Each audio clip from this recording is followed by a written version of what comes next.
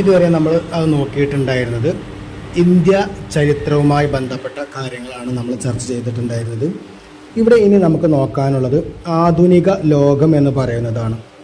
ഇതേ ഒരു കാലഘട്ടത്തിൽ നമ്മുടെ ലോകത്തിൻ്റെ കഥ, ലോകത്തിൻ്റെ അവസ്ഥ എന്തായിരുന്നു എന്നുള്ളതാണ് ഇനി ഇവിടെ ചർച്ച ചെയ്യാൻ പോകുന്നത്. ആ ഒരു കാലഘട്ടത്തിൽ ലോകത്തിൻ്റെ വിവിധ ഭാഗങ്ങളിൽ പലതരത്തിലുള്ള പ്രശ്നങ്ങൾ, സ്വാതന്ത്ര്യ സമര പോരാട്ടങ്ങൾ ഉണ്ടായിരുന്നു എന്നും അത് ഏതെല്ലാമായിരുന്നു എന്നൊക്കെയാണ് നമുക്ക് ഇവിടെ കാണിച്ചു തരുന്നത്. അതിൽ ഒന്നാമത്തെ ഒരു സ്വാതന്ത്ര്യ സമര പോരാട്ടം എന്ന് പറയുന്നത് അമേരിക്കൻ സ്വാതന്ത്ര്യ സമര പോരാട്ടവുമായി ബന്ധപ്പെട്ടാണ്. അപ്പോൾ അതുമായി ബന്ധപ്പെട്ടൊരു ചിത്രം അവിടെ കൊടുത്തിട്ടുണ്ട്. ഒരു വാൾ സ്ട്രീറ്റ് പ്രക്ഷോഭം എന്ന് പറയുന്ന ഒരു ഹെഡിങ്ങോട് കൂടിയിട്ടുള്ള ഒരു ഭാഗം അവിടെ കൊടുത്തിട്ടുണ്ട്. അല്ലേ, കുറേ ആളുകൾ അവിടെ നിൽക്കുന്നുണ്ട്. കുറച്ച് ആളുകൾ ഒരു മതിലിൻ്റെ മുകളിൽ കയറി ഇരിക്കുന്നുണ്ട്. അവരുടെ കയ്യിൽ എന്തുണ്ട്, ഒരു വലിയൊരു ബാനറുണ്ട്. അതൊക്കെ വെച്ചുകൊണ്ട് അവരൊരു സമരം ചെയ്യുന്നതുമായി ബന്ധപ്പെട്ടൊരു ചിത്രമാണ് അവിടെ കൊടുത്തിട്ടുള്ളത്. അപ്പോൾ എന്താണ് അമേരിക്കൻ സ്വാതന്ത്ര്യ സമര പോരാട്ടം എന്നുള്ളതാണ് നമ്മളിൽ ഇവിടെ നോക്കാൻ പോകുന്നത്.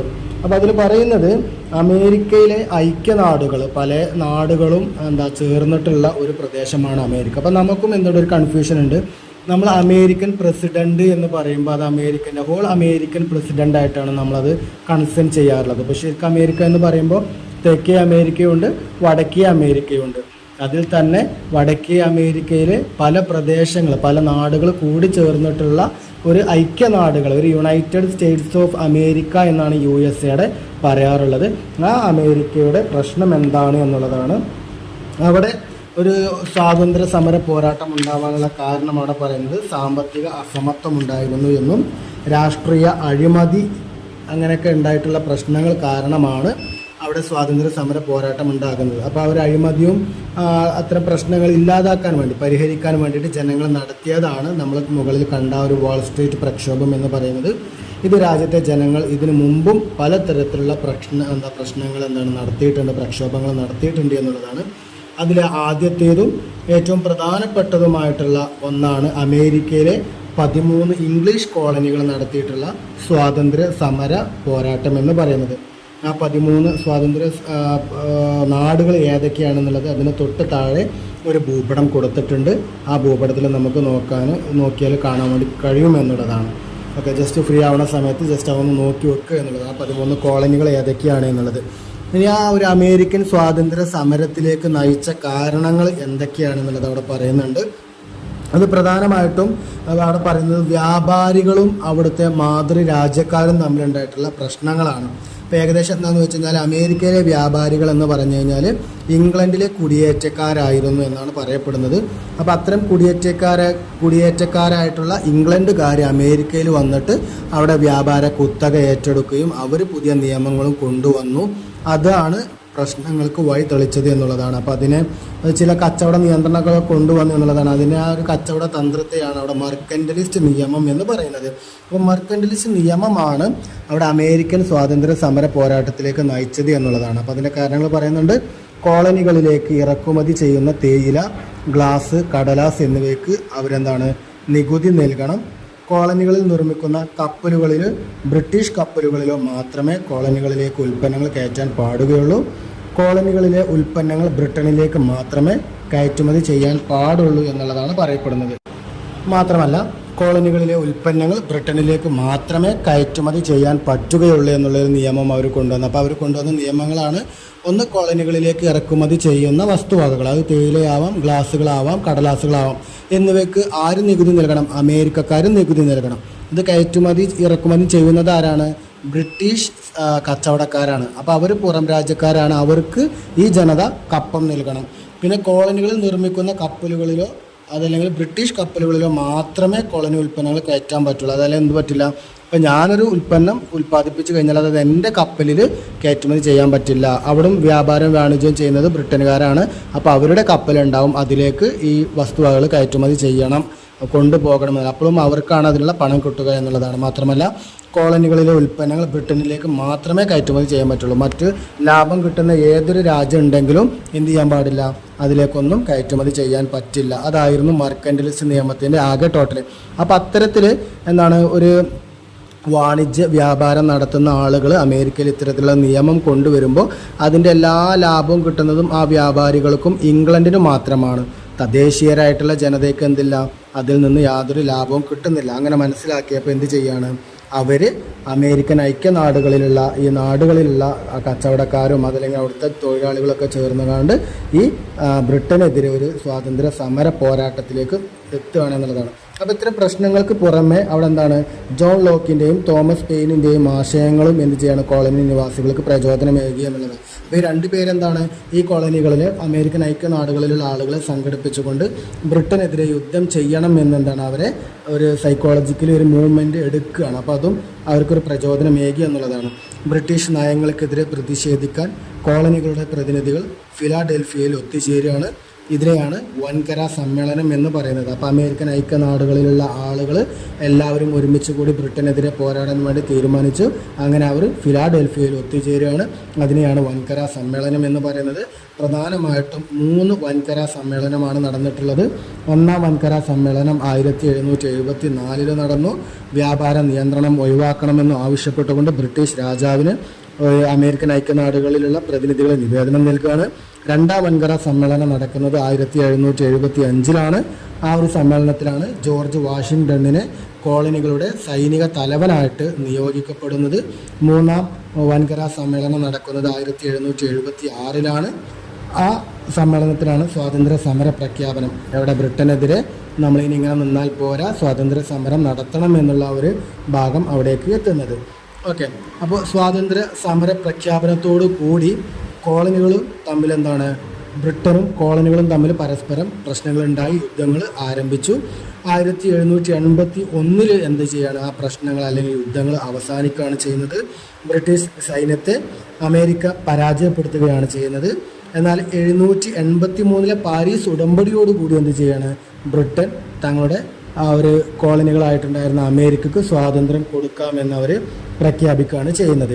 അമേരിക്കൻ സ്വാതന്ത്ര്യ സമരം ലോക ജനതയ്ക്ക് അല്ലെങ്കിൽ ലോക രാജ്യങ്ങൾക്ക് ഒരുപാട് ആശയങ്ങൾ നൽകി. പ്രധാനമായിട്ടും 4 നൽകുന്നത്. ഒന്ന്, പിൽക്കാല വിപ്ലവങ്ങൾക്ക് പ്രചോദനം നൽകുക എന്നുള്ളതാണ്. അപ്പോൾ നമ്മളെല്ലാം ഒരുമിച്ച് നിന്ന് കഴിഞ്ഞാൽ നമ്മളെ ഭരിക്കുന്ന അതല്ലെങ്കിൽ നമ്മളെ സ്വേച്ഛാധിപത്യത്തിന് അടിമകളാക്കുന്ന അതല്ലെങ്കിൽ നമ്മളെ ചൂഷണം ചെയ്യുന്ന ആളുകളെ നമുക്ക് തുരത്തി ഓടിക്കാൻ കഴിയും എന്നുള്ളൊരു പാഠം അതിൽ നിന്ന് കിട്ടി. ഇതിന് റിപ്പബ്ലിക്കൻ ഭരണരീതി ലോകത്തിന് മാതൃകയായി. ഒരു ഓട്ടോക്രസി ആയിട്ടുള്ള അല്ലെങ്കിൽ രാജഭരണം നല്ലത് ഒരു ജനാധിപത്യ രീതിയിലുള്ള ഭരണം കാഴ്ചവെക്കാൻ പറ്റും എന്നത് ആര് തെളിയിച്ചു, അമേരിക്കൻ സ്വാതന്ത്ര്യ സമര പോരാട്ടം ജനങ്ങൾക്ക് കാണിച്ചു കൊടുത്തു.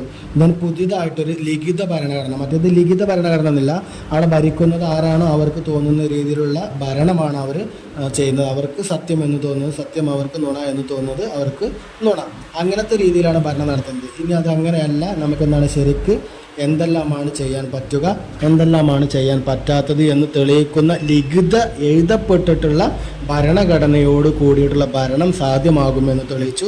ഇതിന് മാത്രമല്ല ഒരു ഫെഡറൽ രാഷ്ട്രം എന്ന ആശയം രൂപം കൊണ്ട്. ഫെഡറൽ സിസ്റ്റം എന്ന് പറയുമ്പോൾ കേന്ദ്ര തലത്തിലും സംസ്ഥാന തലത്തിലും അധികാരം പങ്കിടാവുന്ന അവസ്ഥ. അപ്പോൾ ഇത്രയും കാര്യങ്ങൾ അല്ലെങ്കിൽ ഇത്രയും റിസൾട്ടുകളാണ് അമേരിക്കൻ സ്വാതന്ത്ര്യ സമരാനന്തരം ലോകത്തിന് ലഭിച്ചത്. ഒരു കൂട്ടമായ പ്രയത്നം ഉണ്ടെന്നുണ്ടെങ്കിൽ നമുക്ക് സ്വതന്ത്രരാവാൻ പറ്റുമെന്ന് കാണിച്ചു തന്നു. നമ്മൾ ഒരുമിച്ച് നിന്നാൽ ഒരു ജനാധിപത്യ ഭരണം കൊണ്ടുവരാൻ കഴിയുമെന്ന് മനസ്സിലാക്കി തന്നു. മാത്രമല്ല ഒരു എഴുതപ്പെട്ട രേഖയുടെ അടിസ്ഥാനത്തിൽ ജനങ്ങളെ മുന്നോട്ട് കൊണ്ടുപോകാൻ പറ്റുമെന്ന് മനസ്സിലാക്കി തന്നു. അധികാര കേന്ദ്രങ്ങൾ വികേന്ദ്രീകൃതമായിട്ട് 2 തലങ്ങളിൽ സെൻട്രൽ ഗവൺമെൻറ്റായിട്ടും സ്റ്റേറ്റ് ഗവൺമെൻറ്റായിട്ടും മാറ്റാം. അതല്ലാന്നുണ്ടെങ്കിൽ അധികാരം അതിൻ്റെ താഴെത്തട്ടിലേക്ക് എത്താൻ വേണ്ടിയിട്ട് പല ശ്രേണികളാക്കി മാറ്റാമെന്നും ആര് കാണിച്ചു തന്നു, അമേരിക്കൻ സ്വാതന്ത്ര്യ സമരം ലോകത്തിന് കാണിച്ചു കൊടുത്തു എന്നുള്ളതാണ്. ഫ്രഞ്ച് വിപ്ലവം. സ്വാതന്ത്ര്യം എൻ്റെ ജന്മാവകാശമാണ്, ഞാൻ അത് നേടുക തന്നെ ചെയ്യും. ഇത് ഇന്ത്യൻ സ്വാതന്ത്ര്യ സമര കാലഘട്ടത്തിൽ നമ്മുടെ ദേശീയ നേതാവായിരുന്ന ബാലഗംഗാധര തിലക് നടത്തിയ ഒരു പ്രസ്താവനയാണ് മുകളിൽ തന്നിട്ടുള്ളത്. സ്വാതന്ത്ര്യം എന്ന് പറയുന്നത് എൻ്റെ ജന്മം അവകാശമാണ്, ഞാൻ ജനിച്ചത് മുതൽ ഈ നാട്ടിൽ സ്വതന്ത്രമായിട്ട് ജീവിക്കുക എന്നുള്ളത് അതെൻ്റെ ജന്മാവകാശമാണ്. അതെന്താണ്, ഞാൻ എന്ത് വില കൊടുത്തും ഞാനത് വാങ്ങുക തന്നെ ചെയ്യുമെന്ന് പറഞ്ഞ ആളാണ് ബാലഗംഗാധര തിലക്. അപ്പോൾ നമ്മുടെയൊക്കെ ലൈഫിൽ സ്വാതന്ത്ര്യം, ഫ്രീഡം എന്ന് പറയുന്നതിന് എത്രത്തോളം പ്രാധാന്യമുണ്ട് എന്നുള്ളത് ജസ്റ്റ് നമ്മൾ അറിയിക്കാൻ വേണ്ടിയിട്ടാണ് ആ ഒരു കൊട്ടേഷൻ അവിടെ തന്നിട്ടുള്ളത്. അപ്പോൾ അതേപോലെ തന്നെ ഫ്രീഡത്തിന് വേണ്ടി, സ്വാതന്ത്ര്യത്തിന് വേണ്ടിയാണ്ടാണ് ഫ്രഞ്ചിൽ ഒരു വിപ്ലവം അല്ലെങ്കിൽ ഒരു സ്വാതന്ത്ര്യ സമര പോരാട്ടം നിലനിന്നിട്ടുണ്ടായിരുന്നത്.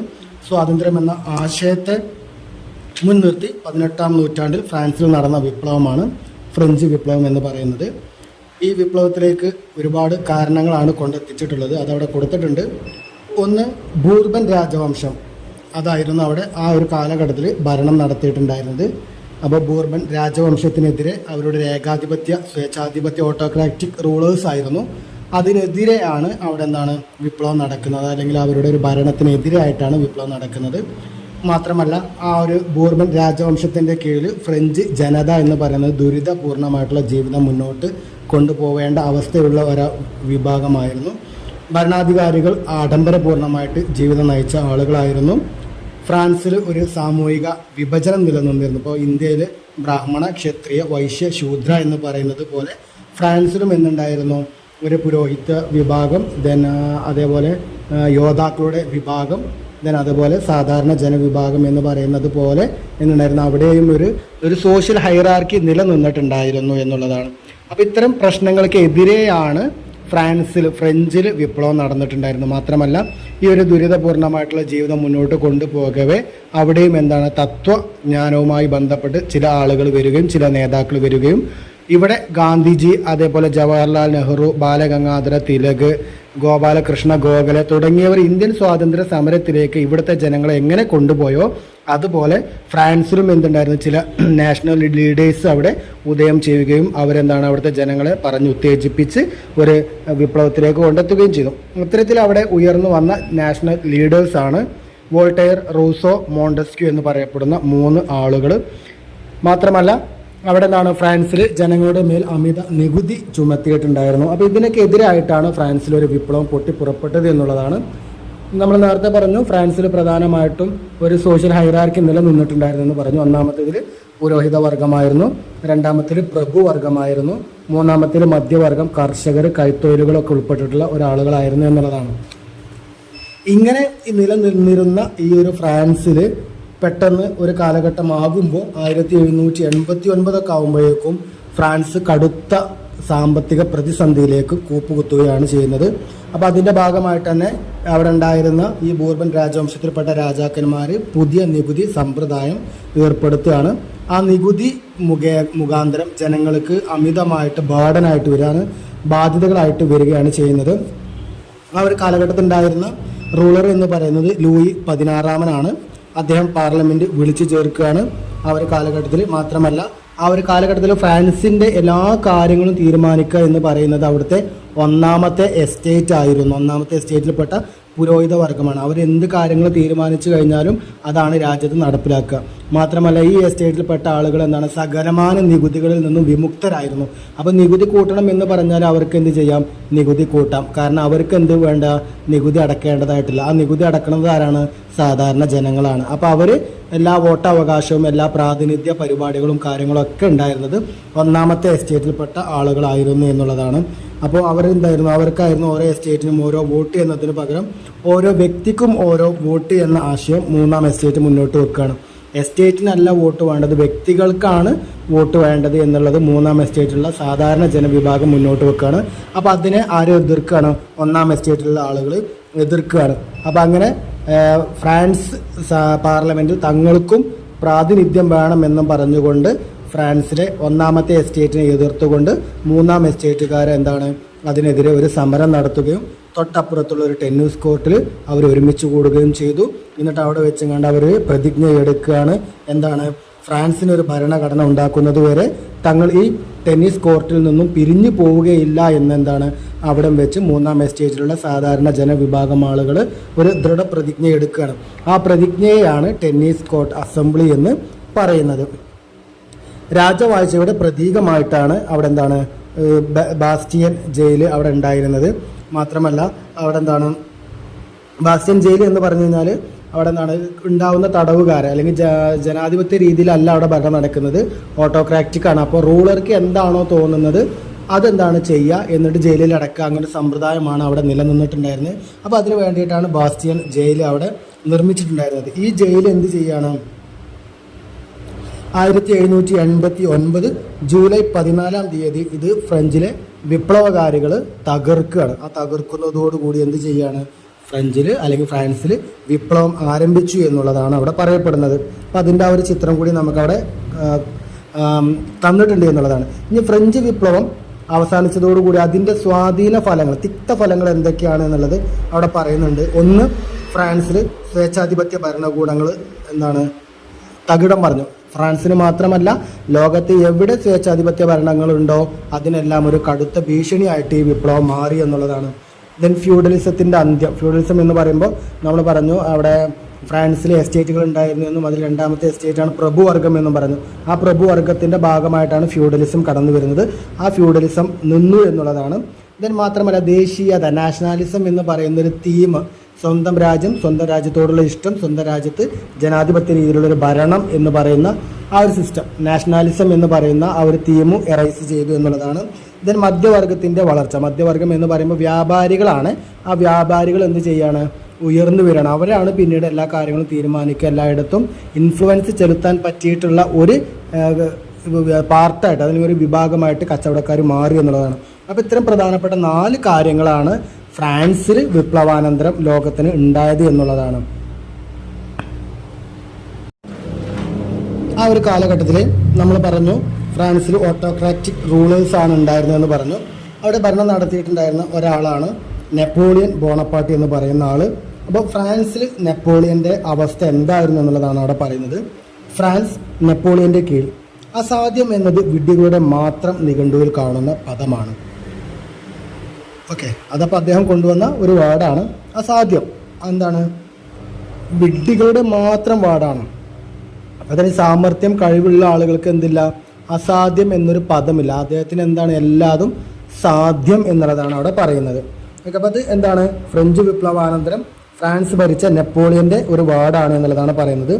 ദെൻ ഫ്രാൻസിൻ്റെ ആ ഒരു വിപ്ലവം നടക്കുന്ന സമയത്ത് അവിടുത്തെ ജനങ്ങൾ മുറുകെ പിടിച്ചിട്ടുള്ളൊരു വേർഡ് അവിടെ പറയുന്നുണ്ട്. സ്വാതന്ത്ര്യം, സമത്വം, സാഹോദര്യം എന്നുള്ള ആശയങ്ങളാണ് അവിടെ മുറുകെ പിടിച്ചിട്ടുണ്ടായിരുന്നത് എന്നുള്ളതാണ്. എന്നാൽ നെപ്പോളിയൻ്റെ ഏകാധിപത്യത്തിന് സാക്ഷിയാകേണ്ടി വന്നു എന്നുള്ളതാണ്.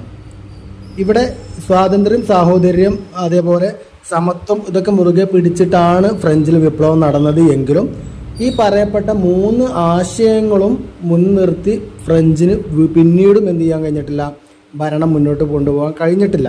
പിന്നീട് അധികാരത്തിൽ വന്ന ഈ നെപ്പോളിയൻ ബോണപ്പാർട്ടും അദ്ദേഹത്തിൻ്റെ ഭരണം പോലും, ഇപ്പോൾ നിങ്ങൾ ഇനി +1 നിങ്ങൾ എത്തുകയാണെന്നുണ്ടെങ്കിൽ +1 ഇതിൻ്റെ സ്റ്റോറി കറക്റ്റായിട്ട് പറയുന്നുണ്ട്. നെപ്പോളിയൻ ബോണപ്പാർട്ട് പോലും തൻ്റെ അധികാരം കൈവള്ളിയിൽ ഇരിക്കുന്ന സമയത്ത് 2 കാലഘട്ടങ്ങളായിട്ട് അദ്ദേഹത്തിൻ്റെ ഭരണത്തെ മാറ്റുന്നുണ്ട്. അതിൽ ഒന്നാമത്തെ കാലഘട്ടം തീർത്തും ഓട്ടോക്രാറ്റിക് ആയിരുന്നു എന്നുള്ളതാണ്. അദ്ദേഹത്തിൻ്റെ ആ ഒരു സാമ്പത്തിക ഭദ്രത കൂട്ടുക, ദെൻ രാജ്യത്തിൻ്റെ വിസ്തൃതി കൂട്ടുക, അദ്ദേഹവുമായി ബന്ധപ്പെട്ട നിയമങ്ങൾ നടപ്പിലാക്കുക, ഇത് തന്നെയായിരുന്നു. പിന്നീട് എന്ത് ചെയ്യണം? അദ്ദേഹത്തിൻ്റെ ഭരണത്തിൻ്റെ ഒരു മാറ്റങ്ങൾ കൊണ്ടുവന്ന് അദ്ദേഹം ഒരു ശരിയായ രീതിയിലേക്ക് വരുന്നുണ്ട് എന്നുള്ളതുള്ളൂ. അപ്പോൾ ആദ്യ കാലഘട്ടത്തിൽ പോലും നെപ്പോളിയൻ ബോണപ്പാർട്ടിൻ്റെ കീഴിൽ പോലും സ്വാതന്ത്ര്യം, സമത്വം, സാഹോദര്യം എന്ന് പറയുന്ന ആശയങ്ങൾ തീർത്തും സഫലമാക്കാൻ ഫ്രഞ്ച് ജനതയ്ക്ക് അല്ലെങ്കിൽ ഫ്രഞ്ച് സർക്കാരിന് കഴിഞ്ഞിട്ടുണ്ടായിരുന്നില്ല എന്നുള്ളതാണ്. എന്നാലും എന്താണ്? അദ്ദേഹം ഫ്രഞ്ച് വിപ്ലവത്തിൻ്റെ ആശയങ്ങൾ മുൻനിർത്തി തന്നെയാണ് ഭരണം നടത്തിയിട്ടുണ്ടായിരുന്നത് എന്നുള്ളതാണ്. അപ്പോൾ അതിൽ നെപ്പോളിയൻ്റെ ഭരണ പരിഷ്കാരങ്ങൾ അവിടെ കൊടുത്തിട്ടുണ്ട്. ഒന്ന്, അദ്ദേഹം കർഷകരെ കൃഷിഭൂമിയുടെ ഉടമകളാക്കി. മറ്റേത് കൃഷിഭൂമിയുടെ ആത്യന്തികമായിട്ടുള്ള അധിപൻ എന്ന് പറയുന്നത് ഭരണാധികാരിയായിരുന്നു. ഭരണാധികാരി അത് പ്രഭുക്കന്മാർക്ക് വീതിച്ചു കൊടുക്കും, പ്രഭുക്കന്മാർ അത് കർഷകർക്ക് വീതിച്ചു കൊടുക്കും. ദെൻ കർഷകർ അതിൽ നിന്ന് കൃഷി ചെയ്യും, കൃഷി ചെയ്തിട്ട് അതിൻ്റെ നികുതി പ്രഭുക്കന്മാർക്ക് കൊടുക്കും. അങ്ങനെയാണ് ഉണ്ടായിരുന്നത് എങ്കിൽ അത് അവിടെ അല്ലെങ്കിൽ കർഷകർക്ക് എന്തുണ്ടായിരുന്നില്ല? ഭൂമിയിൽ പണിയെടുക്കാനുള്ള അവകാശമൊന്നും ഉണ്ടായിരുന്നില്ല. ഇവർ കൊടുക്കുന്ന ആ ഒരു ഭൂമിയിൽ ഇവരുടെ ഇഷ്ടത്തിനനുസരിച്ച് തൊഴിൽ ചെയ്യാം. മാത്രമല്ല കർഷകർക്ക് എന്തിനും അവകാശം ഉണ്ടായിരുന്നില്ല? ഭൂമിക്കുള്ള അവകാശം ഉണ്ടായിരുന്നില്ല. യഥാർത്ഥ അവകാശം അത് പ്രഭുവർഗമായിരുന്നു എന്നുള്ളതാണ്. എന്നാൽ നെപ്പോളിയൻ ബോണപ്പാർട്ട് വരുന്നതോടുകൂടി എന്ത് ചെയ്യാണ്? കൃഷി ചെയ്യുന്ന ഭൂമി ആരുടേതാണോ അല്ലെങ്കിൽ ആ ഭൂമിയിൽ ഏത് കർഷകനാണോ കൃഷി ചെയ്യുന്നത് അവന് ആ ഭൂമി കിട്ടുന്ന ഒരവസ്ഥയിലേക്ക് ഫ്രാൻസിനെ മാറ്റി എന്നുള്ളതാണ്. ദെൻ ഫ്രാൻസിൽ പുതുതായിട്ടൊരു ബാങ്ക് രൂപീകരിച്ചു. ബാങ്ക് ഓഫ് ഫ്രാൻസ് എന്നുള്ള പേരിലൊരു പുതിയ ബാങ്ക് കൊണ്ടുവന്നു. പുരോഹിതന്മാരുടെ മേൽ നിയന്ത്രണം കൊണ്ടുവന്നു. പുരോഹിതന്മാർക്ക് എന്തൊക്കെ ചെയ്യാം, ഏതെല്ലാം നികുതി കൈകാര്യം ചെയ്യാം, ഏതെല്ലാം ഭൂമി കൈകാര്യം ചെയ്യാം, നാടുകളിൽ എന്തെല്ലാം വ്യവസ്ഥകൾ കൊണ്ടുവരാം എന്നുള്ള രീതിയിലൊക്കെയുള്ള ഒരു പുതിയ ഒരു നികുതി സമ്പ്രദായം, അതല്ലെങ്കിൽ ഒരു പുതിയ നിയന്ത്രണ സംവിധാനം അദ്ദേഹം കൊണ്ടുവന്നു. പുതിയ നിയമ സംഹിത അദ്ദേഹം നടപ്പിലാക്കി. തൻ്റെ രാജ്യത്തിനകത്ത് നെപ്പോളിയൻ ബോണപ്പാർട്ട് എന്ത് ചെയ്യാണ്, ഒരു കോൺസ്റ്റിറ്റ്യൂഷൻ 16 എന്ന് പറയുന്ന തൻ്റെ അധികാരത്തിന് 16-ാം വർഷത്തിൽ കൊണ്ടുവന്ന നിയമസംഹിത ആയതുകൊണ്ട് കോൺസ്റ്റിറ്റ്യൂഷൻ ഓഫ് 16 എന്നുള്ള പേരിലൊരു കോൺസ്റ്റിറ്റ്യൂഷൻ 60 എന്നുള്ള പേരിലൊരു പുതിയ ഭരണഘടന കൊണ്ടുവരാനും അദ്ദേഹത്തിന് കഴിഞ്ഞു എന്നുള്ളതാണ്. ഇനി ഇവിടെ നമ്മൾ പറഞ്ഞു നെപ്പോളിയന്റെ ഭരണ പരിഷ്കാരങ്ങൾ നമ്മൾ മുകളിൽ പറഞ്ഞു. ആ നെപ്പോളിയന്റെ ഭരണ പരിഷ്കാരങ്ങളിൽ പല യൂറോപ്യൻ ശക്തികൾക്ക് എന്തുണ്ടായിരുന്നു, പേടിണ്ടായിരുന്നു. ഇങ്ങനെ നെപ്പോളിയൻ പോവുകയാണെങ്കിൽ എന്ത് ചെയ്യും, തങ്ങൾക്കത് ഭാവിയിൽ ദോഷം ചെയ്യുമെന്ന് പല യൂറോപ്യൻ ആളുകളും മനസ്സിലാക്കിയിട്ടുണ്ടായിരുന്നു. അപ്പോൾ അതുകൊണ്ട് തന്നെ ആ യൂറോപ്പിലുള്ള വൻ ശക്തികളെല്ലാം സംഘടിക്കുകയും 1815 വാട്ടർലൂ യുദ്ധത്തിൽ നെപ്പോളിയൻ ബോണപ്പാർട്ടിനെ പരാജയപ്പെടുത്തി, അതിൽ വധിച്ചു കളയുകയാണ് ചെയ്യുന്നത്. അമേരിക്കൻ സ്വാതന്ത്ര്യ സമര പോരാട്ടം, ഫ്രഞ്ച് വിപ്ലവം, അതിനുശേഷം ലോകം കണ്ട മറ്റൊരു വിപ്ലവമായിരുന്നു ലാറ്റിൻ അമേരിക്കൻ വിപ്ലവം. ലാറ്റിൻ അമേരിക്ക എന്ന് പറയുമ്പോൾ ഇന്നത്തെ തലമുറകൾക്കൊക്കെ പെട്ടെന്ന് അറിയാം, ഫുട്ബോൾ ഇതിഹാസങ്ങളായിട്ടുള്ള ഹിഗിറ്റ, മറഡോണ, പെലെ, അതിൽ നമ്മളെ ബരാക്ക് ഒബാമ പോലത്തെ ആളുകളൊക്കെ ഉള്ള ഏരിയയാണ് ഈ ഒരു ലാറ്റിൻ അമേരിക്ക എന്ന് പറയുന്നത്. അപ്പോൾ ലാറ്റിൻ അമേരിക്ക എന്ന് പറയുമ്പോൾ അവിടെ പറയുന്നുണ്ട് തെക്കേ അമേരിക്കയും മധ്യ അമേരിക്കയും ഉൾപ്പെടുന്ന പ്രദേശമാണ് ലാറ്റിൻ അമേരിക്ക. ലാറ്റിൻ ഭാഷയുമായി ബന്ധമുള്ള പോർച്ചുഗീസ്, സ്പാനിഷ് ഭാഷ സംസാരിക്കുന്നവരാണ് ഇവിടങ്ങളിൽ ഉണ്ടായിരുന്നത്, കുടിയേറി താമസിച്ചിരുന്നത്. ഈ പ്രദേശമാണ് ലാറ്റിൻ അമേരിക്ക എന്ന് പറയുന്നത് എന്നുള്ളതാണ്. ഇനി അവിടുത്തെ പ്രശ്നങ്ങൾ എന്തൊക്കെയായിരുന്നു എന്നുള്ളത് പറയുന്നുണ്ട്. ഈ ലാറ്റിൻ അമേരിക്ക യൂറോപ്യൻ രാജ്യങ്ങളായിട്ടുള്ള സ്പെയിനിൻ്റെയും പോർച്ചുഗലിൻ്റെയും കോളനി ആയിരുന്നു. കോളനിവൽക്കരണം ലാറ്റിൻ അമേരിക്കയെ എങ്ങനെയൊക്കെ ബാധിച്ചു എന്നുള്ളതാണ് പറയുന്നുണ്ട്. ഒന്ന്, യൂറോപ്യന്മാരുടെ ഭാഷയും ആചാരവും എവിടെ വന്നു, ലാറ്റിൻ അമേരിക്കയിൽ പ്രചരിച്ചു. അവരത് ഏറ്റെടുക്കേണ്ടി വന്നു. യൂറോപ്യൻ രീതിയിലുള്ള വീടുകളും ദേവാലയങ്ങളും ലാറ്റിൻ അമേരിക്കയിൽ നിർമ്മിച്ചു.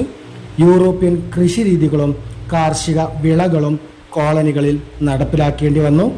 കോളനി ജനതയോട് വംശീയ വിവേചനത്തോടെ ഈ യൂറോപ്യൻ ജനത പെരുമാറി. അപ്പം അത്തരത്തിലുള്ള ഒരു ഡിസ്ക്രിമിനേഷനാണ് ലാറ്റിൻ അമേരിക്കയിലെ ജനങ്ങൾക്ക് അവരെ നേരിടേണ്ടി വന്നത് എന്നുള്ളതാണ്. എന്നാൽ കുറേ കാലങ്ങൾക്ക് ശേഷം ഈ കോളനി വാഴ്ചക്കെതിരെ ചെറുത്തുനിൽപ്പുകൾ ലാറ്റിൻ അമേരിക്കയിൽ ശക്തിപ്പെട്ടു. ഫ്രാൻസിസ്കോ മിരാണ്ട, സൈമൺ ബൊളീവിയർ, ജോസെ ഡി സാമിർട്ടൻ തുടങ്ങിയ നേതാക്കളാണ് ഈ ലാറ്റിൻ അമേരിക്കൻ വിപ്ലവത്തിന് നേതൃത്വം കൊടുത്തിട്ടുണ്ടായിരുന്നത്. 1825 മിക്കവാറും അല്ലെങ്കിൽ ഏകദേശം എല്ലാ ലാറ്റിൻ അമേരിക്കൻ രാജ്യങ്ങളും സ്വാതന്ത്ര്യം നേടിയെന്നുള്ളതാണ്. മറ്റൊരു പ്രധാനപ്പെട്ട വിപ്ലവമാണ് റഷ്യൻ വിപ്ലവം. കാൾ മാർക്സിൻ്റെ 200ാം ജന്മദിനത്തിൽ പ്രസിദ്ധീകരിച്ച ലേഖനങ്ങളുടെ ചിത്രമാണ് മുകളിൽ കൊടുത്തിട്ടുള്ളത്. വഴികളിൽ ഗാന്ധിയുടെയും മാർക്സ് ഇനിയും ഭാവിയിലാണ്, താങ്കൾ ശരിയായിരുന്നു, മാർക്സിനു ശേഷം. ഇങ്ങനെ ചില ഹെഡിങ്ങുകളോടെ കൂടിയിട്ടുള്ള ഒരു പ്രസിദ്ധീകരണങ്ങളാണ് അവിടെ കൊടുത്തിട്ടുള്ളത് എന്നുള്ളതാണ്. അപ്പോൾ ഇവിടെ തന്നിക്കുന്നത് ഈ കാൾ മാർക്സ് എന്ന് പറയുന്ന ആൾ മുന്നോട്ട് വെച്ചൊരു ആശയമാണ് മാർക്സിസം എന്ന് പറയുന്നത്. ഇത് ലോകത്തെ വളരെയധികം സ്വാധീനിച്ചൊരാശയം കൂടിയാണ്. വിശേഷിച്ചും തൊഴിലാളി വർഗത്തെ ഏറ്റവും കൂടുതൽ ലോകത്തെ ആകൃഷ്ടരായിട്ടുള്ള കുറേ ആളുകളുണ്ട്, കുറേ വീടുകളുണ്ട്. അങ്ങനത്തെ ഉള്ള ഒന്നിലാണ് ഈ മാർക്സിസം എന്ന് പറയുന്ന ഒരു സിദ്ധാന്തമുള്ളത്. അത് ഏറ്റവും കൂടുതൽ അഡോപ്റ്റ് ചെയ്യപ്പെട്ടുള്ളത് കർഷകരിലായിരുന്നു എന്നും പറയപ്പെടുന്നുണ്ട്. ഈ ആശയത്തെ അടിസ്ഥാനമാക്കിയാണ് ലോകത്ത് നടന്ന ആദ്യ വിപ്ലവമാണ് റഷ്യൻ വിപ്ലവം. അതല്ലെങ്കിൽ ഈ മാർക്സിസം സിദ്ധാന്തം മുറുകെ പിടിച്ചുകൊണ്ട് ലോകത്ത് ആദ്യമായിട്ട് വിപ്ലവം നടക്കുന്നത് റഷ്യയിലാണ്. അത് റഷ്യൻ വിപ്ലവം എന്ന് അറിയപ്പെടുന്നുണ്ട്. ഈ റഷ്യൻ വിപ്ലവം ഉണ്ടാകാനുള്ള കാരണം എന്താണെന്ന് അവിടെ പറയുന്നുണ്ട്. സാർ ചക്രവർത്തിമാർ അതല്ലെങ്കിൽ സർ ചക്രവർത്തിമാരുടെ ഏകാധിപത്യ ഭരണമായിരുന്നു റഷ്യയിൽ നിലനിന്നിരുന്നത്. കർഷകരുടെയും തൊഴിലാളികളുടെയും ദുരിതപൂർണമായ ജീവിതം തന്നെയായിരുന്നു റഷ്യയിലും നിലനിന്നിരുന്നത്. കാർഷിക മേഖലയിലെ ഉൽപാദനക്കുറവ് അവിടെ നന്നേ അനുഭവിച്ചിരുന്നു. കുറഞ്ഞ തോതിലുള്ള വ്യവസായ സംരംഭങ്ങളും വ്യാവസായിക ഉൽപ്പന്നങ്ങളുമായിരുന്നു റഷ്യയിൽ ഉണ്ടായിരുന്നത്. മാക്സിം ഗോർക്കി, ലിയോ ടോൾസ്റ്റോയ് തുടങ്ങിയ എഴുത്തുകാരുടെ സ്വാധീന ഫലമായിട്ടാണ് റഷ്യയിൽ വിപ്ലവം ആരംഭിക്കുന്നത്. കാൾ മാർക്സും ഫ്രെഡറിക് എംഗൽസും ആവിഷ്കരിച്ച മാർക്സിയൻ ആശയങ്ങളും ഇവിടെ കാരണമായി റഷ്യയിൽ പുതിയൊരു വിപ്ലവം തുടങ്ങാൻ കാരണമായി എന്ന് ചരിത്രത്തിൽ നമുക്ക് നോക്കിയാൽ കാണാൻ വേണ്ടി പറ്റും. ഇപ്പോൾ Karl Marx, Federico Engels, Maxim Gorky, Leo Tolstoy എന്ന് പറയുന്ന അതല്ലെങ്കിൽ ലെനിൻ എന്നൊക്കെ പറയുന്ന ആളുകളാണ് റഷ്യയെ ഒരു വിപ്ലവത്തിലേക്ക് കൊണ്ടെത്തിച്ചത് എന്ന് പറയാൻ വേണ്ടി പറ്റും. റഷ്യൻ വിപ്ലവവുമായി ബന്ധപ്പെട്ട ചില പ്രധാന സംഭവങ്ങൾ അവിടെ പറയുന്നുണ്ട്. ഒന്ന്, തൊഴിലാളികളുടെ പ്രശ്നങ്ങൾ പരിഹരിക്കാനായിട്ട് രൂപീകരിച്ച ഒരു പാർട്ടിയായിരുന്നു സോഷ്യൽ ഡെമോക്രാറ്റിക് വർക്കേഴ്സ് പാർട്ടി. എന്നാൽ ഈ പാർട്ടി പിൽക്കാലത്ത് രണ്ടായിട്ട് പിരിയുകയാണ്.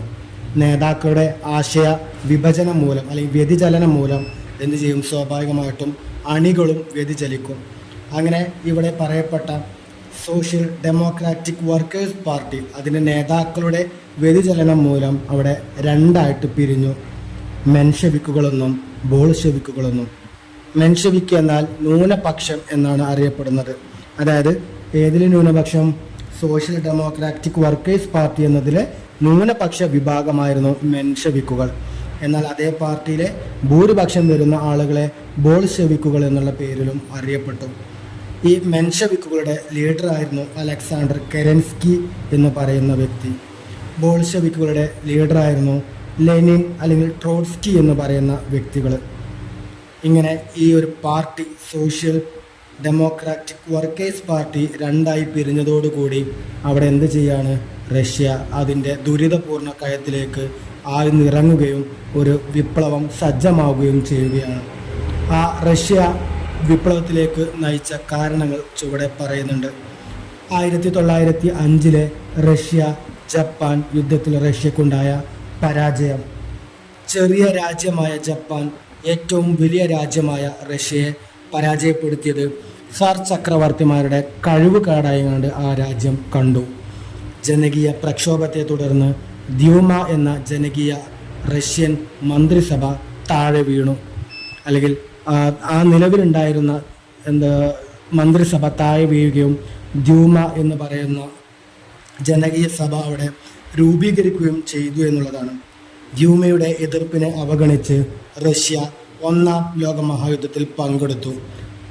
റഷ്യയിൽ അതിൻ്റെ ആഭ്യന്തര തലത്തിൽ ഇത്രത്തോളം പ്രശ്നങ്ങൾ ഉണ്ടായിരുന്നിട്ടും, കടുത്ത സാമ്പത്തിക വരൾച്ച ഉണ്ടായിട്ടും, സാമ്പത്തിക പ്രതിസന്ധി ഉണ്ടായിട്ടും, രാഷ്ട്രീയ പാർട്ടികളുടെ ഐക്യം ഇല്ലാതിരുന്നിട്ടും, മെൻഷെവിക്കുകൾ ബോൾഷെവിക്കുകൾ രണ്ടായി പിരിഞ്ഞിട്ടും, ജപ്പാനോട് അതിക്രൂരമായി പരാജയപ്പെട്ടിട്ടും, സ്വന്തമായി നിലനിൽക്കാൻ യാതൊരു ത്രാണിയുമില്ലാത്ത റഷ്യ എല്ലാ എതിർപ്പുകളെയും മറികടന്ന് റഷ്യ ലോകയുദ്ധത്തിൽ പങ്കെടുക്കുകയാണ് ചെയ്തത്.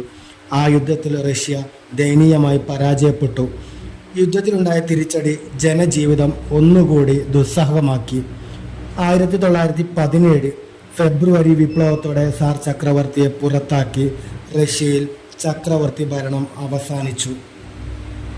ഫെബ്രുവരി വിപ്ലവത്തോടെ അധികാരത്തിൽ വന്ന കെരൻസ്കി ഗവൺമെന്റ് ഒരു പരാജയമായിരുന്നു. തീർത്തും പരാജയമായിരുന്ന കെരൻസ്കിയെ എങ്ങനെയെങ്കിലും പുറത്താക്കണമെന്ന് മെൻഷെവിക്കുകളുടെ നേതാവിനെ പുറത്താക്കണമെന്ന് ബോൾഷെവിക്കുകളുടെ നേതാവായിട്ടുള്ള ലെനിൻ ആഗ്രഹിച്ചു. അപ്പോൾ ഈ സാഹചര്യത്തെ ഉപയോഗിച്ചുകൊണ്ട് ലെനിൻ്റെ നേതൃത്വത്തിൽ ബോൾഷെവിക്കുകൾ അധികാരം പിടിച്ചെടുത്തു. ഇതിനെ ഒക്ടോബർ വിപ്ലവം എന്ന് വിളിക്കുന്നു. വിപ്ലവാനന്തരം ലെനിൻ്റെ നേതൃത്വത്തിൽ പുതിയ ഗവൺമെൻറ്റിന് കമ്മ്യൂണിസ്റ്റുകൾ രൂപം നൽകി. ലോകത്തിൽ ആദ്യമായി തൊഴിലാളികളുടെയും കർഷകരുടെയും ഭരണകൂടം നിലവിൽ വന്നു. റഷ്യൻ വിപ്ലവം ലോകത്തുണ്ടാക്കിയ സ്വാധീനങ്ങൾ എന്തൊക്കെയാണ് എന്നുള്ളത് താഴെ പറയുന്നുണ്ട്. സോവിയറ്റ് യൂണിയൻ്റെ രൂപീകരണം. ഒന്നാം ലോക മഹായുദ്ധത്തിൽ റഷ്യ തകർന്നതോടുകൂടി അതിൻ്റെ പേര് മാറ്റപ്പെട്ടു. സോവിയറ്റ് യൂണിയൻ USSR എന്നുള്ള പേര് അത് വന്നു. ദെൻ ലോകത്ത് കമ്മ്യൂണിസത്തിൻ്റെ വ്യാപനം ആരംഭിച്ചു.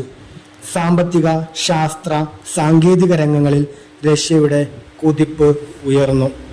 ഇതായിരുന്നു റഷ്യൻ വിപ്ലവവും അതിൻ്റെ അനന്തര ഫലങ്ങളും. ലോകത്ത് ഉടലെടുത്ത മറ്റൊരു വിപ്ലവമായിരുന്നു ചൈനീസ് വിപ്ലവം. ചൈനയിലെ ബെയ്ജിംഗ് ഷാങ്ഹായ് ബുള്ളറ്റ് ട്രെയിനിൻ്റെയും ഒളിമ്പിക്സ് നടന്ന ചൈനയുടെ പ്രധാന വേദിയെയും ചിത്രങ്ങളാണ് നമുക്ക് താഴെ തന്നിട്ടുള്ളത്. അതായത് ലോകത്തിൽ ഉണ്ടായിട്ടുള്ള രണ്ട് മാറ്റങ്ങളാണ്. ഒന്നെന്താണ്, ലോകത്തിലെ ഏറ്റവും ഫാസ്റ്റസ്റ്റ് ആയിട്ടുള്ള ഒരു ട്രെയിൻ നിർമ്മിക്കാൻ അതല്ലെങ്കിൽ ഉണ്ടാക്കിയെടുക്കാൻ ചൈനയ്ക്ക് കഴിഞ്ഞു എന്നുള്ളതാണ്. ലോകോത്തര കായിക മാമാങ്കമായിട്ടുള്ള ഈ ഒളിമ്പിക്സ് നടത്താനും ചൈനയ്ക്ക് കഴിഞ്ഞു എന്നുള്ളതാണ് അവിടെ കാണിച്ചു തരുന്നത്. അപ്പോൾ ഇതിൻ്റെ രണ്ടിൻ്റെയും ചിത്രങ്ങളാണ് അവിടെ കൊടുത്തിട്ടുള്ളത്. ഇത് രണ്ടും ചൈനയുടെ ആധുനിക വൽക്കരണത്തിലേക്ക് ഉള്ള മാറ്റത്തെയാണ് നമുക്ക് കാണിച്ചു തരുന്നത്. ഈ ഒരു രണ്ട് മാറ്റം കൊണ്ട് അല്ലെങ്കിൽ രണ്ട് പ്രവർത്തനം കൊണ്ട് ചൈന അത്രയ്ക്ക് സെറ്റപ്പാണ് എന്നൊന്നും നമുക്ക് പറയാൻ പറ്റില്ല. ചൈനയുടെ പാസ്റ്റും വളരെ മോശമായിരുന്നു എന്നുള്ളതാണ് ചരിത്രത്തിൽ നിന്നും നമുക്ക് മനസ്സിലാവുന്നത്.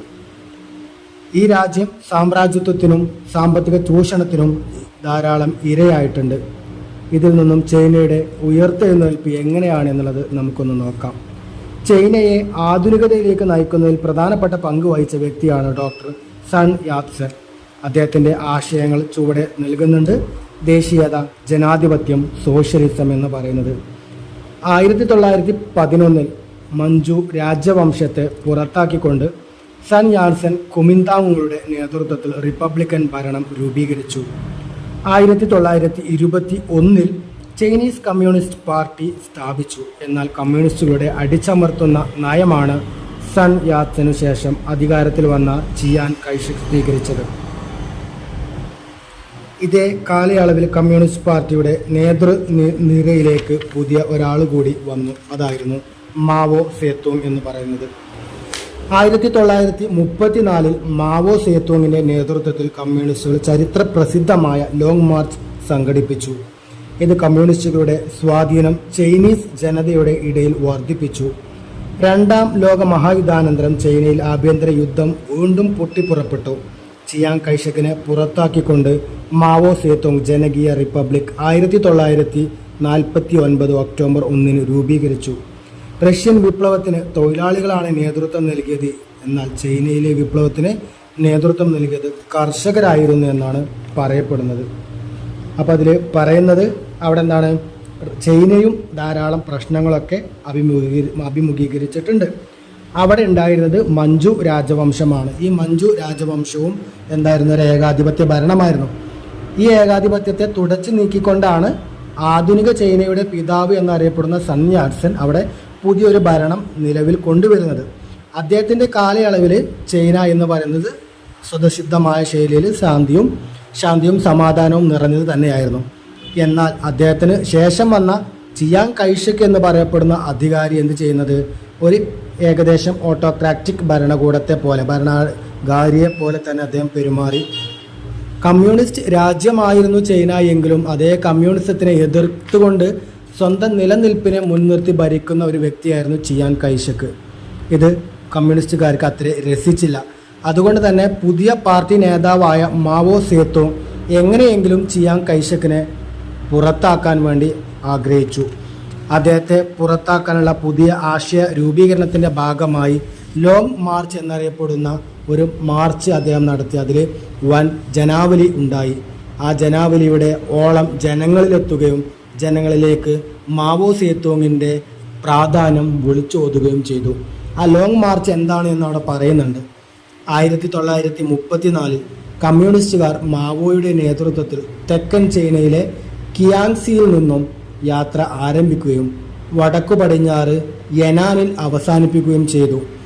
ഏകദേശം 12,000 കിലോമീറ്റർ സഞ്ചരിച്ച ഈ യാത്ര ലോങ് മാർച്ച് എന്ന് ചരിത്രത്തിൽ രേഖപ്പെടുത്തുന്നു. ഇതായിരുന്നു ചൈന റിപ്പബ്ലിക് അതല്ലെങ്കിൽ ചൈന വിപ്ലവം എന്നുള്ളത് കൊണ്ട് നാം അർത്ഥമാക്കുന്നത്. ഒന്നാം ലോക മഹായുദ്ധവുമായി ബന്ധപ്പെട്ട ചിത്രങ്ങൾ താഴെ തന്നിട്ടുണ്ട്. ഹിരോഷിമ നാഗസാക്കിയാണ് ചിത്രത്തിൽ കാണാവുന്നത്. ഈ ഒന്നാം ലോക മഹായുദ്ധത്തിൻ്റെ കാരണം അവിടെ കൊടുത്തിട്ടുണ്ട്. സാമ്രാജ്യത്വ ശക്തികൾ തമ്മിലുള്ള ശത്രുതയായിരുന്നു പ്രധാന കാരണം. മാത്രമല്ല സൈനിക സഖ്യങ്ങളുടെ രൂപീകരണവും അതൊരു കാരണമായി എന്നുള്ളതാണ്. സൈനിക സഖ്യം എന്ന് പറയുമ്പോൾ 2 സൈനിക സഖ്യങ്ങളാണ് ഉണ്ടായിരുന്നത്. ത്രികക്ഷി സഖ്യമെന്നും ത്രികക്ഷി സൗഹാർദ്ദം എന്നുള്ള 2 പേരിലാണ് അറിയപ്പെട്ടിട്ടുണ്ടായിരുന്നത്. ജർമ്മനി, ഓസ്ട്രിയ, ഹംഗറി, ഇറ്റലി എന്ന് പറയുന്ന രാജ്യങ്ങൾ ത്രികക്ഷി സഖ്യം എന്നുള്ള പേരിലും ഇംഗ്ലണ്ട്, ഫ്രാൻസ്, റഷ്യ എന്നീ രാജ്യങ്ങൾ ത്രികക്ഷി സൗഹാർദ്ദം എന്നുള്ള പേരിലും അറിയപ്പെട്ടു. അപ്പോൾ നമ്മൾ ഇവിടെ പറഞ്ഞ ഒന്നാം ലോകമഹായുദ്ധത്തിൻ്റെ കാരണങ്ങൾ സാമ്രാജ്യത്വ രാഷ്ട്രങ്ങൾ തമ്മിലുള്ള ശത്രുതയും സൈനിക സഖ്യങ്ങളുടെ രൂപീകരണവുമാണെന്ന് പറഞ്ഞു. കൂടാതെ തീവ്ര ദേശീയതയുടെ ഉദയം, ഈ ലോകത്ത് ഞങ്ങളുടെ രാജ്യം മാത്രം മതി, ഞങ്ങളുടെ അധികാരം മാത്രം മതി, ഞങ്ങളുടേതാണ് ശരി എന്ന് പറയുന്ന തീവ്ര ദേശീയതയുടെ ഉദയം അവിടെ ഉണ്ടായി. അതിന് പ്രധാനമായിട്ടും റഷ്യ, ജർമ്മനി, ഫ്രാൻസ് എന്നീ രാജ്യങ്ങളാണ് ആ ഒരു തീവ്ര ദേശീയതയ്ക്ക് ഊന്നൽ നൽകിയത്.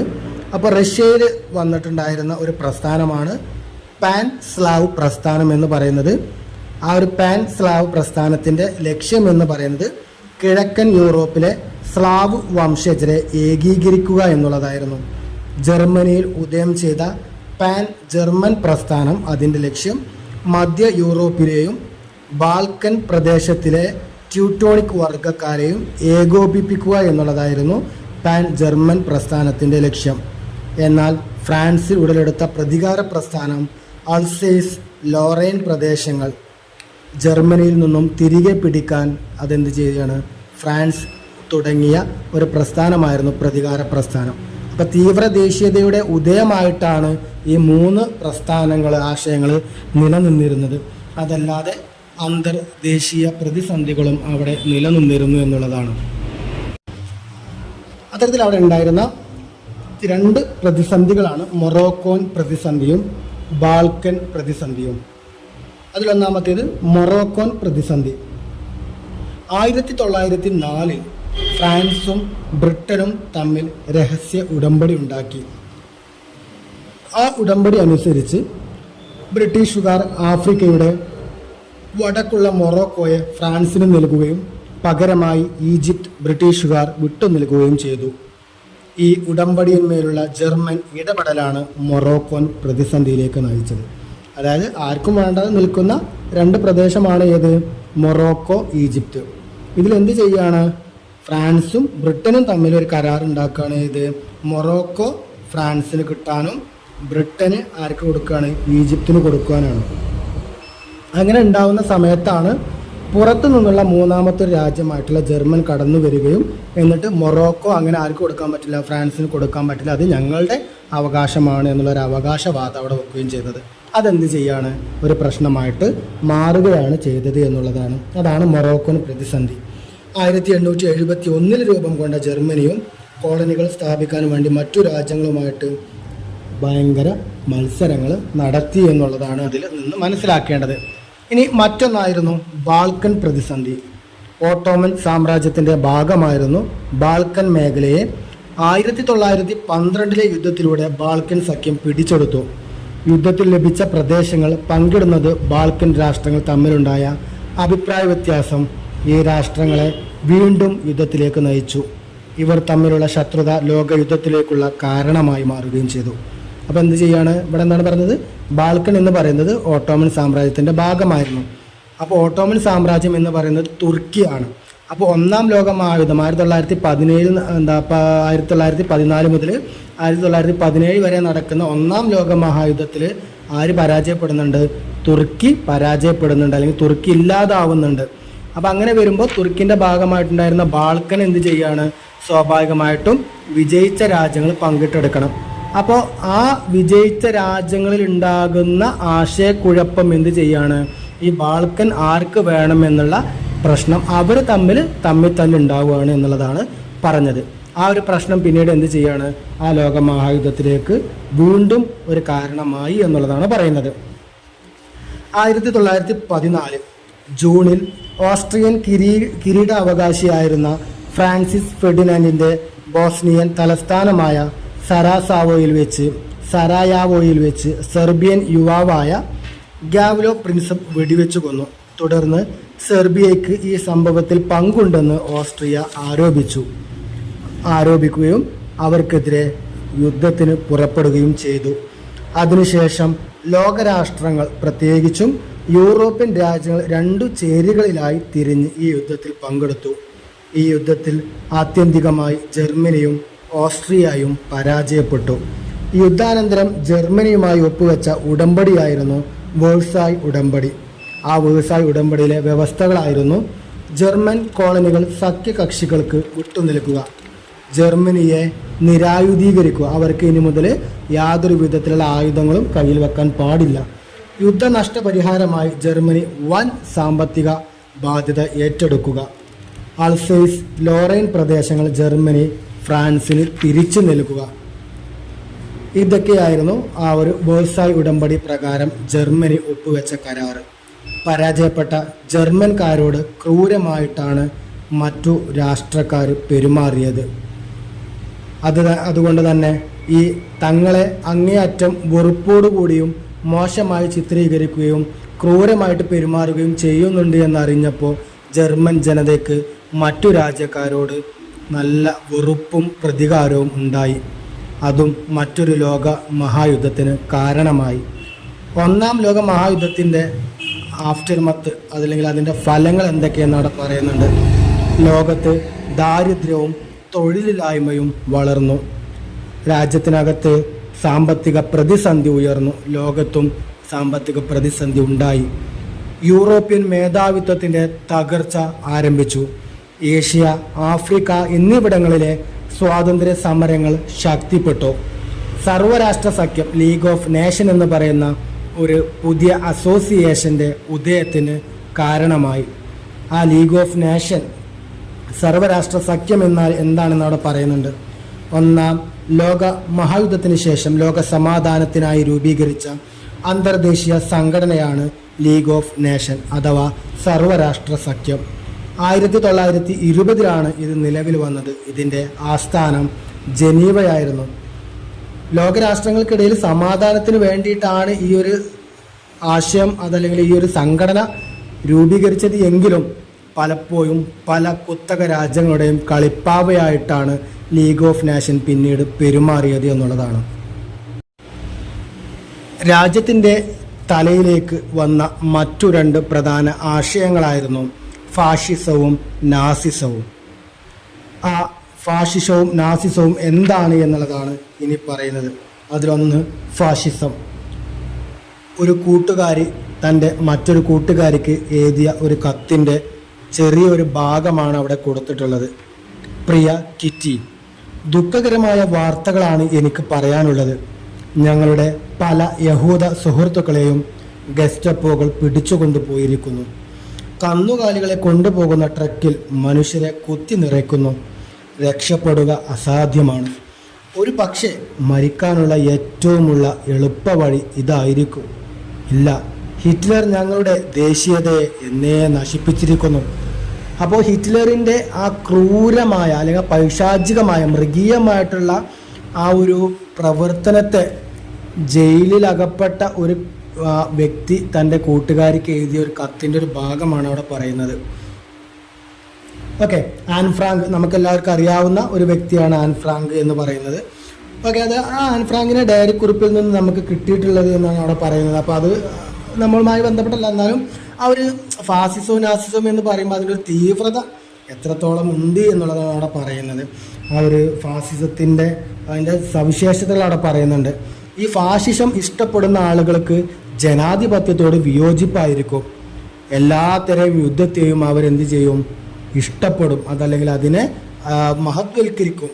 തീവ്ര ദേശീയ നിലപാടാണ്, അവരുടേതാണ് ശരി, അവരുടെ രാജ്യമാണ് വേണ്ടത്, അവരുടെ ആശയമാണ് വേണ്ടത് എന്ന ചിന്താഗതിക്കാരാവും ഫാഷിസ്റ്റുകൾ എന്ന് പറയുന്നത്. ഇവർക്ക് അല്ലെങ്കിൽ ഫാഷിസ്റ്റുകൾക്ക് സോഷ്യലിസത്തോട് എതിർപ്പായിരിക്കും. സൈനിക സ്വേച്ഛാധിപത്യമായിരിക്കും. എല്ലാം സൈന്യത്തെ ഉപയോഗിച്ചുകൊണ്ട് നേടിയെടുക്കുക, സൈന്യത്തെ ഉപയോഗിച്ചുകൊണ്ട് കീഴ്പ്പെടുത്തുക, സൈന്യത്തെ മാത്രം മുൻനിർത്തിക്കൊണ്ട് കാര്യങ്ങൾ ചെയ്യുന്ന ഒരു വിഭാഗമായിരിക്കും ഫാഷിസം എന്ന് പറയുന്നത്. ഇതാണ് അതിൻ്റെ ഒരു ജനറൽ കാര്യങ്ങൾ എന്ന് പറയുന്നത്. ഇനി ഇറ്റലിയിലെ ഫാഷിസം എന്താണെന്ന് അവിടെ പറയുന്നുണ്ട്. ഇറ്റലിയിൽ ഫാഷിസത്തിന് നേതൃത്വം നൽകിയത് ബെനിറ്റോ മുസോളിനിയാണ്. ഫാഷിസ്റ്റുകൾ ഇറ്റലിയിൽ അധികാരത്തിൽ വരുവാനുള്ള സാഹചര്യങ്ങൾ ചുവടെ പറയുന്നുണ്ട്. യുദ്ധാനന്തരം ഇറ്റലിയിലുണ്ടായ സാമ്പത്തിക പ്രതിസന്ധി. ഇംഗ്ലണ്ട്, ഫ്രാൻസ് തുടങ്ങിയ രാജ്യങ്ങളോടൊപ്പമാണ് ഇറ്റലി യുദ്ധം ചെയ്തതെങ്കിലും സഖ്യകക്ഷികൾ ഇറ്റലിക്ക് അർഹമായ പരിഗണന നൽകിയില്ല. ഇറ്റലി സോഷ്യലിസത്തിലേക്ക് മാറുമോ എന്ന് അവിടുത്തെ മുതലാളിമാരുടെ ഭയം. ഇതായിരുന്നു ഇറ്റലിയിൽ ഫാഷിസം വേര് പിടിക്കാനുള്ള പച്ചപ്പ് എന്ന് പറയുന്നത്. ഇറ്റലിയിൽ അധികാരത്തിൽ വന്ന മുസോളിനി സോഷ്യലിസ്റ്റുകളെയും തൊഴിലാളികളെയും ജനാധിപത്യവാദികളെയും അടിച്ചമർത്തി. കരിങ്കുപ്പായക്കാർ എന്ന സൈന്യത്തിന് രൂപം നൽകി. അദ്ദേഹം സ്വേച്ഛാധിപത്യ നടപടികൾ പിന്തുടരുകയും എത്യോപ്യ, അൽബേനിയ തുടങ്ങിയ പ്രദേശങ്ങൾ ആക്രമിക്കുകയും ചെയ്തു. മുസോളിനിയുടെ ഈ സാമ്രാജ്യത്വ മനോഭാവമാണ് ലോകത്തെ രണ്ടാം ലോക മഹായുദ്ധത്തിലേക്ക് നയിച്ചൊരു പ്രധാന കാരണം. ഇറ്റലിയിൽ മുസോളിനി എങ്ങനെ പെരുമാറിയോ അതേപോലെ തന്നെയായിരുന്നു ജർമ്മനിയിൽ ഹിറ്റ്ലറിൻ്റെ വളർച്ചയും പെരുമാറ്റവും. ഹിറ്റ്ലറും നാസിസവും. ആൻ ഫ്രാങ്കിൻ്റെ ഡയറി കുറിപ്പുകളിൽ നിന്നും നാസികളുടെ കാഴ്ചപ്പാട് നമുക്ക് മനസ്സിലാക്കാൻ കഴിയും. നാസികൾ ജർമ്മനിയിൽ അധികാരത്തിൽ വരാൻ സഹായിച്ച ഘടകം എന്തൊക്കെയാണെന്ന് നോക്കാം. ജർമ്മനിയെ പൂർണ്ണമായും തകർക്കുന്ന വേഴ്സായ് ഉടമ്പടിയിലെ വ്യവസ്ഥകൾ ജർമ്മൻകാർക്ക് പറ്റിയില്ല. ജർമ്മൻകാർ ആ വേഴ്സായ് ഉടമ്പടിയെ തകർത്ത് എറിഞ്ഞുകൊണ്ട് അവർക്കൊരു പുതിയ ഉയർത്തെഴുന്നേൽപ്പ് ആഗ്രഹിച്ച ഒരു വിഭാഗമായിരുന്നു.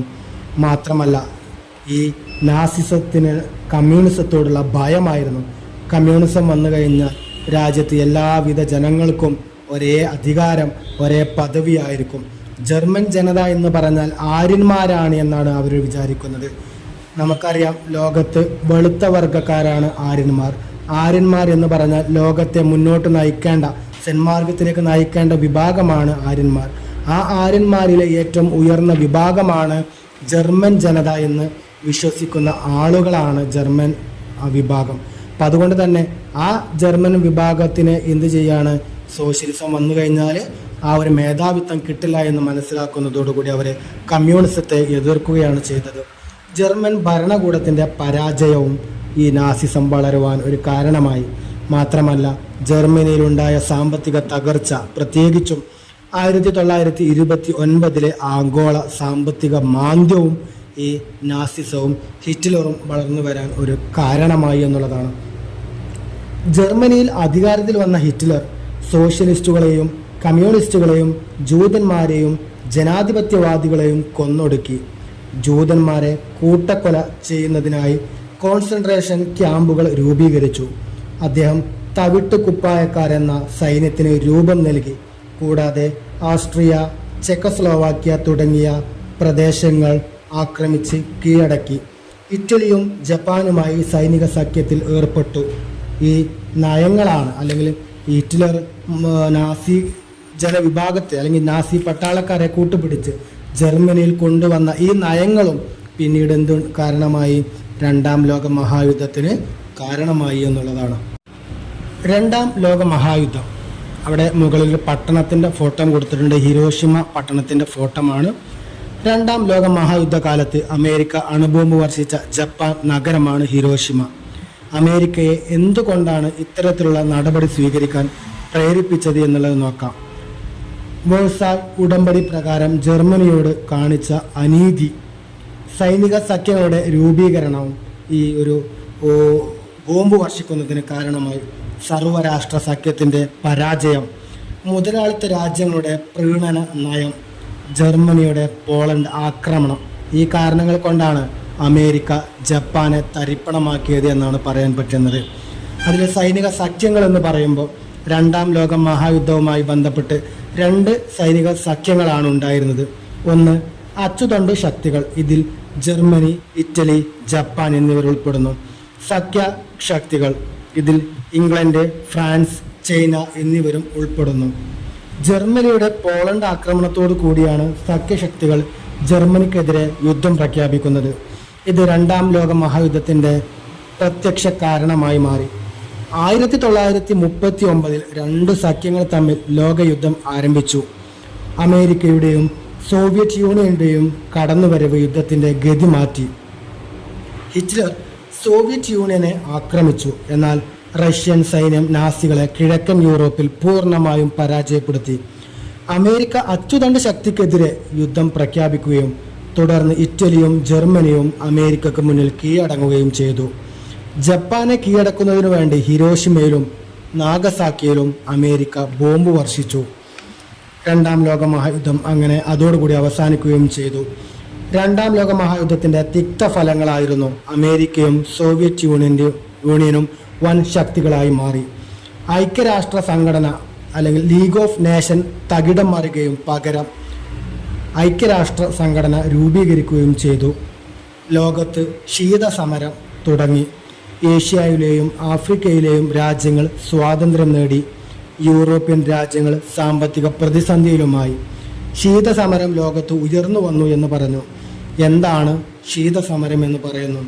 രണ്ടാം ലോകമഹായുദ്ധത്തിന് ശേഷം മുതലാളിത്ത രാഷ്ട്രങ്ങൾ അമേരിക്കയുടെ നേതൃത്വത്തിലും സോഷ്യലിസ്റ്റ് രാഷ്ട്രങ്ങൾ സോവിയറ്റ് യൂണിയന്റെ നേതൃത്വത്തിലും നടത്തിയ ആശയപരമായ ഏറ്റുമുട്ടലാണ് ശീതസമരം.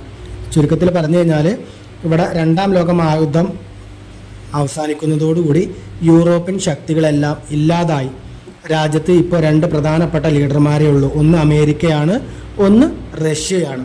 ഇതിൽ അമേരിക്ക എന്ന് പറയുന്നത് മുതലാളിത്ത ചേരിയാണ്. അതിൽ മുതലാളിത്ത സമ്പദ് വ്യവസ്ഥയാണ്. മുതലാളിത്ത സമ്പദ് വ്യവസ്ഥ എന്താണെന്നുള്ളത് നമ്മൾ കഴിഞ്ഞ അധ്യായത്തിൽ പറഞ്ഞു. ഇവിടെ റഷ്യ എന്ന് പറയുന്നത് എന്താണ്? സോഷ്യലിസ്റ്റ് സമ്പദ് വ്യവസ്ഥയാണ്. അത് എന്താണ് എന്നും പറഞ്ഞു. അപ്പം എന്താണ്, ലോകത്ത് ഇതേമാതിരി ധാരാളം ഗവൺമെന്റിന്റെ നിയന്ത്രണത്തിൽ കഴിയുന്ന മുന്നോട്ട് പോകുന്ന രാജ്യങ്ങളും ഉണ്ടാവും, അതെല്ലാം മുതലാളിത്ത സമ്പദ് വ്യവസ്ഥയുമായി മുന്നോട്ട് പോകുന്ന രാജ്യങ്ങളുണ്ടാവും. അപ്പം അങ്ങനെ ഉണ്ടാകുമ്പോൾ മുതലാളിത്ത സമ്പദ് വ്യവസ്ഥയുമായി മുന്നോട്ട് പോകുന്ന രാജ്യങ്ങളെല്ലാവരും അമേരിക്കയെ പിന്തുണക്കുന്നു. ദെൻ സോഷ്യലിസ്റ്റ് സിദ്ധാന്തവുമായി മുന്നോട്ട് പോകുന്ന രാജ്യങ്ങളെല്ലാം റഷ്യയെയും പിന്തുണക്കുന്നു. അപ്പം അങ്ങനെ എന്താണ്, ലോകം അങ്ങനെ രണ്ട് ചേരിയിലായി. എന്നിട്ട് എന്ത് ചെയ്യാണ്? ആശയപരമായിട്ട് വാക്കുകളിലൂടെ എന്താണ് ഓരോരോ ആശയങ്ങൾ അങ്ങോട്ട് പറഞ്ഞും ഇങ്ങോട്ട് പറഞ്ഞിട്ടും മേൽക്കോയ്മ കൊയ്യാൻ നോക്കുന്ന അവസ്ഥയാണ് ഇവിടെ ശീതസമരം എന്ന് പറയുന്നത്. അതല്ലാതെ നേരിട്ട് എന്തില്ല, ഫേസ് ടു ഫേസ് ഒരു യുദ്ധം നടക്കുന്നില്ല എന്നുള്ളതാണ് നമ്മൾ മനസ്സിലാക്കേണ്ടത്. പിന്നെ നമ്മൾ പറഞ്ഞു ലീഗ് ഓഫ് നേഷൻ തകരുകയും ഐക്യരാഷ്ട്ര സംഘടന നിലവിൽ വരികയും ചെയ്തു എന്ന് പറഞ്ഞു. ഐക്യരാഷ്ട്ര സംഘടന എന്താ എന്ന് പറയുന്നുണ്ട്. രണ്ടാം ലോക യുദ്ധത്തിനു ശേഷം ലോക സമാധാനം നിലനിർത്തുന്നതിനായി രൂപീകരിച്ച സംഘടനയാണ് ഐക്യരാഷ്ട്ര സംഘടന. 1945 ഒക്ടോബർ 24 ഈ സംഘടന നിലവിൽ വരുന്നത്. ഇതിൻ്റെ ആസ്ഥാനം ന്യൂയോർക്കാണ്. ഇതേ കാലഘട്ടത്തിൽ പശ്ചിമ ഏഷ്യയുടെ അവസ്ഥ എന്താണ് എന്നവിടെ പറയുന്നുണ്ട്. അവിടെ ഒരുപാട് നേതാക്കന്മാരുടെ ഫോട്ടോത്തിൽ കൊടുത്തിട്ടുണ്ട്. Mahatma Gandhi, Nelson Mandela, Kwame ക്രൂമ, Jomo Kenyatta എന്ന് പറയുന്ന ആളുകളുടെ ഫോട്ടോ കൊടുത്തിട്ടുണ്ട്. ഏഷ്യ, ആഫ്രിക്ക ഈ രാജ്യങ്ങൾ സ്വാതന്ത്ര്യ സമരത്തിന് നേതൃത്വം കൊടുത്ത ആളുകളാണ്. രണ്ടാം ലോക മഹായുദ്ധം നടക്കുന്നതിൻ്റെ അനന്തര ഫലങ്ങൾ നമ്മൾ പറഞ്ഞപ്പോൾ അവിടെ പറഞ്ഞു ഏഷ്യയിലെയും ആഫ്രിക്കയിലെയും ഒരുപാട് രാജ്യങ്ങൾ സ്വാതന്ത്ര്യം നേടിയെന്ന് പറഞ്ഞു. ആ സ്വാതന്ത്ര്യം നേടിയിട്ടുണ്ടായിരുന്ന രാജ്യങ്ങളിലൊക്കെ ആ സ്വാതന്ത്ര്യ സമര പോരാട്ടത്തിന് വേണ്ടി നേതൃത്വം കൊടുത്ത ആളുകളാണ് അവിടെ കൊടുത്തിട്ടുള്ളത്. അവിടെ എന്താണ് ആ ഒരു പശ്ചിമേഷ്യ എന്താണെന്ന് അവിടെ കൊടുക്കുന്നതിൽ അവിടുത്തെ പ്രശ്നങ്ങൾ, ഒരു ഫലസ്തീന്, സിറിയ ആ ഒരു രാജ്യങ്ങളൊക്കെയാണ് പശ്ചിമ ഏഷ്യ എന്ന് പറയുന്നത്. അവിടുത്തെ പ്രശ്നങ്ങൾ പറയുന്നുണ്ട്. ഒന്ന്, സയനിസ്റ്റ് പ്രസ്ഥാനത്തിൻ്റെ രൂപീകരണമാണ് അവിടെ ഒരു പ്രശ്നം. ഒന്നാം ലോക മഹായുദ്ധം വരെ ഫലസ്തീൻ തുർക്കി സാമ്രാജ്യത്തിൻ്റെ ഭാഗമായിരുന്നു. യുദ്ധാനന്തരം ഈ പ്രദേശം ബ്രിട്ടൻ്റെ നിയന്ത്രണത്തിലായി എന്നാണ് പറയുന്നത്. ജൂതന്മാർക്കായി ഒരു രാഷ്ട്രം രൂപീകരിക്കുമെന്ന് ബ്രിട്ടൻ്റെ പ്രഖ്യാപനം വന്നു. 1948 ഇസ്രായേലിൻ്റെ രൂപീകരണം ഉണ്ടായി. ഇസ്രായേൽ അറബ് രാഷ്ട്രങ്ങൾ തമ്മിലുള്ള യുദ്ധവും പലസ്തീൻ്റെ പരാജയവും അവിടെ ഉണ്ടായി. പാലസ്തീൻ ലിബറൽ ഓർഗനൈസേഷൻ എന്ന് പറയുന്നൊരു സംഘടന യാസർ അറഫാത്ത് തുടക്കം കുറിച്ചു എന്നുള്ളതാണ് പറയുന്നത്. പലസ്തീനെ സ്വതന്ത്രമാക്കുന്നതിന് വേണ്ടിയിട്ട് രൂപീകരിച്ചതാണ് പാലസ്തീൻ ലിബറേഷൻ ഓർഗനൈസേഷൻ എന്ന് പറയുന്ന PLO എന്ന് പറയുന്നത്. സയനിസ്റ്റ് പ്രസ്ഥാനം എന്ന് പറയുന്നത് ജൂതർക്ക് സ്വന്തമായി ഒരു രാഷ്ട്രം സ്ഥാപിക്കുന്നതിന് വേണ്ടി രൂപീകരിച്ചതാണ് സിയോണിസ്റ്റ് പ്രസ്ഥാനം. 1897 സ്വിറ്റ്സർലാൻഡിലാണ് ഇത് രൂപീകരിക്കുന്നത് എന്നുള്ളതാണ് പറയുന്നത്. ദെൻ സോവിയറ്റ് യൂണിയൻ്റെ തകർച്ച.